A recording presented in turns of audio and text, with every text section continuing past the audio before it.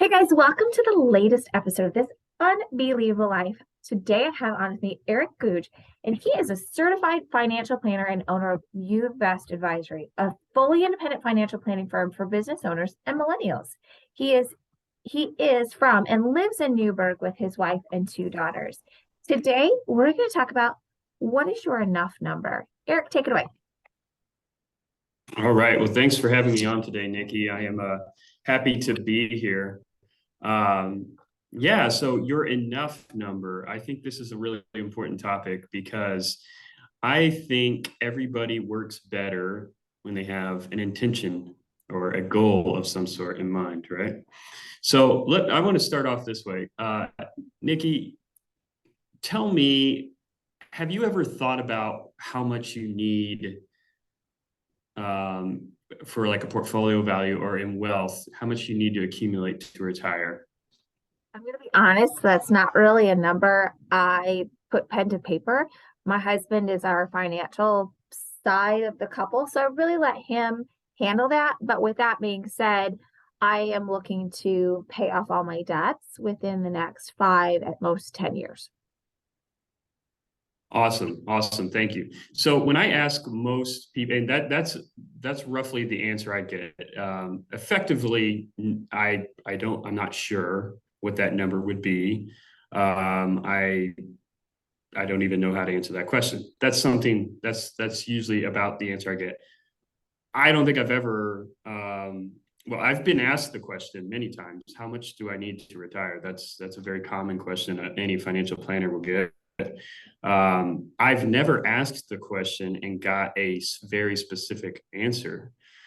Um, and it's interesting because I think we spend what would you say 20, 30, well 30 to 40 years of our lives working, and it's going to stop at some point, but when does it stop? That's what this enough number is going to tell us. It's the number that you need to at least have the option of saying, that's it, I'm done. It doesn't have to be the number that says, look, when I hit this number, I am done. That's very difficult for a lot of people to do for a bunch of reasons, not least because some people like their job or their career. But it is important to have this number in mind because, especially when you're in, I would say, the 20 to 30 year from retirement range, as you get closer, this number is going to be very important to you anyway, and you're going to be very focused on it. When you're further out, for me, for example, I'll use myself. I'm 34. If I wasn't a financial planner and somebody asked me, Erik, what is your enough number? I would have a very difficult time answering that question. And can you take a guess why, Nikki, I might have a difficult time answering that question? I would imagine it's because there's a lot of variables that go into it. There's a lot of variables, and I am nowhere near my peak earning potential. At age 34, and almost nobody is at their peak earning years, right? If you think of your life, your working career, and if you were to put that on sort of a graph, it might look like an upside down U, right? You would make more money for quite a while, then you'd probably hit a peak. And I think that peak usually occurs somewhere around in your 50s, early 50s, and it kind of levels off, and then maybe it starts to decline. Maybe you do a soft retirement or something like that. In any case, it declines. If I'm at 34, I'm still kind of walking up the slope, right? I'm still like middle of my career. It's really difficult for me to answer because what's my enough number? If I'm making, say, $50,000, for example, this number, 25 million, I don't know, 10 million. It depends on the level of lifestyle that I want. If I'm older, if I'm in my 50s, I will know the level of lifestyle that I want to maintain in retirement. I will be very close to knowing roughly how much of my lifestyle I would like to maintain in retirement, right? So if I'm 55 or 60 years old and I'm making $250,000 a year, I think that I would like to keep the income necessary, and thus the portfolio to generate that income, to maintain my lifestyle. That stands to reason. But if I'm 34 and I'm making $50,000 and I have dreams of making $250,000 or $300,000, whatever the case, whatever that number is, I don't know. I just want as big of a number as possible. My number is unbounded, right? I just want as big of a number as possible. But that doesn't mean you can't plan for enough number. You can come up with different enough numbers, and you can come up with different scenarios to get the idea, give you an idea of what your future is going to look like. And by the way, if you are 50 or 60, somewhere in that, 10 to 15 years out range, that number should be pinned down or getting very close to getting pinned down for you. And we can talk about how to do that. But if you're 34, in your early 30s to 40s, you've got some time, play around with these numbers. And this is how, that's just to set the scene, right? That's why should you have this number, why it's hard for people to come up with this number. I think it's very important to have this number in mind, at least a few numbers in mind, or at least to know how to think about this number, because our brains like feedback, right? If I'm driving on the road and I shift a little bit too far into the other lane, that's immediate feedback that I'm getting visually, right? That I need to course correct and get back into my lane. That happens very quickly and immediately because I can see that I'm drifting across the white line. But in retirement, or when you're working or you're building wealth, that stuff you're not getting that feedback. You might go decades without ever knowing that you were massively undersaving, or building future wealth. You might go years without knowing that you weren't putting away enough money because there was nothing to tell you otherwise, right? There was nothing to give you any feedback to course correct. This is a way to get feedback. So let's talk about how you do that. So Nikki, you said that you weren't sure what that number might be, right? But you do know your income, is that right? Yeah, that's right. Right. Most people know how much they make each year. Well, it turns out, and I'm going to go with the safe assumption that most people want to, keep their standard of living, right? That's just an assumption I'm making. Most people don't want to say, I want to cut my standard of living in half when I retire or whatever. So we're going to assume, Nikki, that you want to keep your standard of living. And so it turns out that there's actually something you need to do before you can get your enough number. And you have to take into account a very important variable that we can take into account very easily. Do you have any guess what variable that might be? Yeah, honestly, I have no idea. Yeah, so it's inflation. So you have to take into account inflation, right? Your spending power is not going to, especially if you're in your 30s, your spending power is going to, a dollar today is going to be worth a lot more than a dollar 20 years from now, right? So you need to account for that. So here's the steps. Here's what you need to do. The first thing you need to do, assume step one, I want to maintain my standard of living.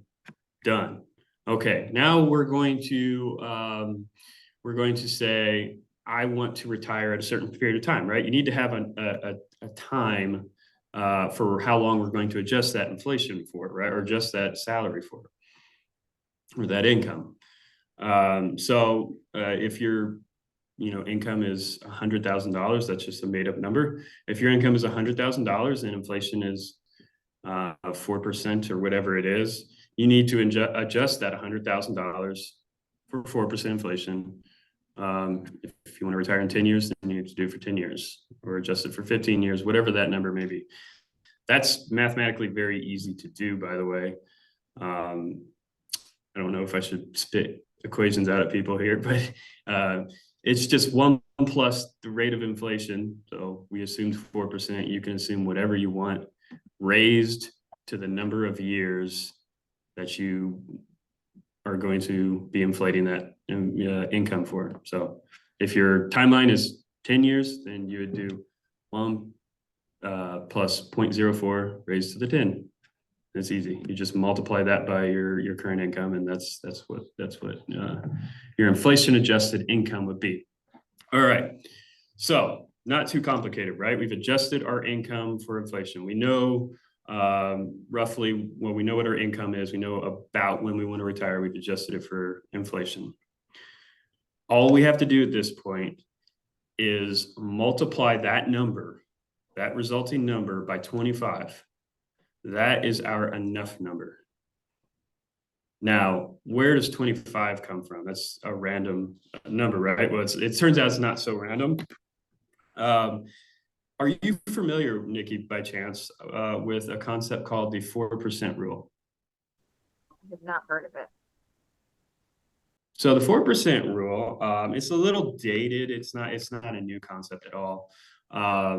It's just a rule that says that given a portfolio of any size at any point in the last 100+ years, if you only withdrew 4% of that portfolio every single year, you would never exhaust that portfolio. So the idea is, regardless of how many years you live in retirement, you can withdraw 4% and never have to worry about that outliving your portfolio. Okay. So that's what the 4% rule says. So when you multiply your income by 25, you're giving yourself a number for the value of a portfolio that you would have to have right now that would never be exhausted, and you can supply yourself that income. So, I don't have, well, let's just pull up a calculator here. $50,000 is this example we've been using, right? I'm just going to say, I want $50,000 every single year right now, and I want to retire right now. Okay, that's what I'm going to say. If I multiply that by 25, that's $1.25 million. Turns out I don't have $1.25 million. So I can't retire right now on $50,000 a year. But if you did have $1.25 million and $50,000 a year was the income that you wanted to replace in retirement, you're good to go.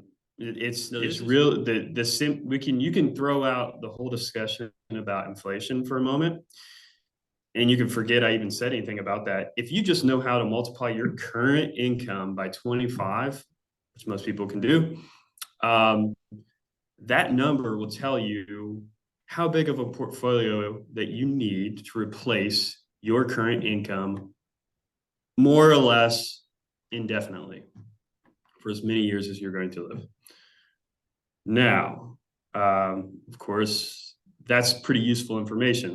That's course correcting information. Most of us, especially me, I'm nowhere near that, right? Because I'm still dredging up that hill. I'm nowhere near my peak earnings. And in fact, I'm the better part of 2 decades away from that. But if you're up that hill or going down the other side of that hill, that's very useful information to have. That being said, there are a couple caveats to think about here. 4% rule is great for just getting an idea of what we need, right? You can break the 4% rule pretty good. It could be like a 10% rule, for example, and you might not exhaust your portfolio depending on certain assumptions. Okay, so most people, for example, retire in their middle to late 60s, maybe even 70s. They might, and a lot of people, especially nowadays, there's just so many opportunities for small odd jobs and contract work available now compared to decades past. A lot of people do soft retirements. You don't need an indefinite portfolio, right? this isn't an endowment to